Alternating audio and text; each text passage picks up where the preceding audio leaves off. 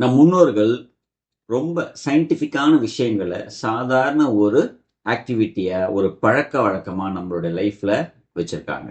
அதில் ஒரு பழக்கம் தான் பனிஷ்மெண்ட். என்ன பனிஷ்மெண்ட்? காதை பிடிச்சி ஒரு திருவுவாங்க. ஏன் படிக்கல, ஏன் ஒப்பிக்கல அப்படின்னு. அதே போல் தோப்புக்காரனும் போட சொல்லுவாங்க. ஓகே. ஸோ இது இது பண்ண உடனே பேரண்ட்ஸ் என்ன சொல்லுவாங்க? அது எப்படி என் பையன் காதை பிடிச்சி நீங்கள் திருவலாம், அது எப்படி நீங்கள் வந்து தோப்பு காரணம் போட வைக்கலாம், இத்தனை முறை 30 முறை 40 முறை அப்படின்லாம் கொஷின் வரும் இந்த காலகட்டத்தில். நம்ம படிக்கும்போது இல்லை, ஏன்னா அது அப்படி மாறி போச்சு. ஸோ இப்போ அப்படி பண்ணும்போது என்ன சயின்டிஃபிக் உள்ள இருக்கு அப்படின்னா, 2 காதையும் பிடிச்சிக்கிட்டு அவங்க உட்கார்ந்து எழுந்துக்கும் போது அந்த காது மண்டலத்தில் இருக்கிற பிரெயின்கான கனெக்டிவிட்டி நரம்பெல்லாம் ஸ்டிமுலேட் ஆகுதுன்னு சொல்றாங்க. So left brain, right brain ரெண்டுமே வந்து ஆக்டிவ் ஆகுது. ஸோ அப்போ மூளை திறன் ஆக்டிவ் வந்து அதிகப்படுத்துது, மெமரி பவர் அதிகமாகும். ஓகே. ஸோ இது பல விஷயங்களுக்கு உடலுக்கு நல்லது. பிளட் சர்க்குலேஷன் சீராக இருக்கும். மூளைக்கு போகிற பிளட்டு நல்ல ஒரு பம்பிங்கோட ஆக்டிவிட்டி பண்ணுறதுக்கு, அந்த பம்பிங்கோட அது நல்ல செயல்படுறதுக்கு உதவுது அப்படின்னு நிறைய சயின்ஸ் இருக்கு.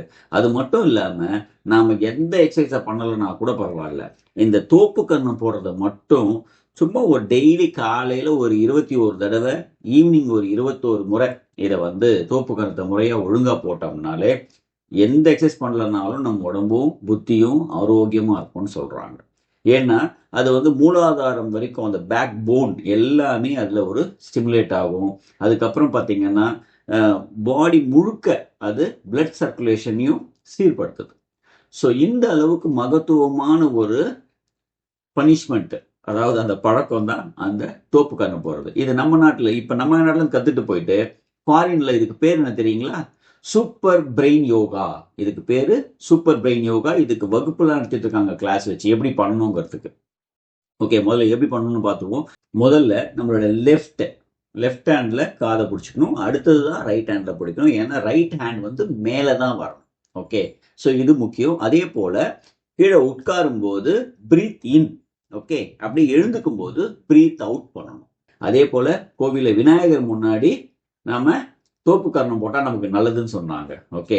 ஸோ எந்த ஒரு செயலை செய்யறதுக்கு முன்னாடியும் விநாயகரை கும்பிட்டு போகணும்னு சொல்லுவாங்க. அப்போ விநாயகரை கும்பிடும்போது தோப்பு கரணம் போடணும். அப்போ ஒரு செயலை ஸ்டார்ட் பண்ணும்போது நம்ம மூளை வந்து சமமாக நல்ல ஆக்டிவாக வேலை செய்யறதுக்காக தான் இந்த பழக்கத்தை வந்து நம்ம முன்னோர்கள் கடைபிடிச்சாங்க.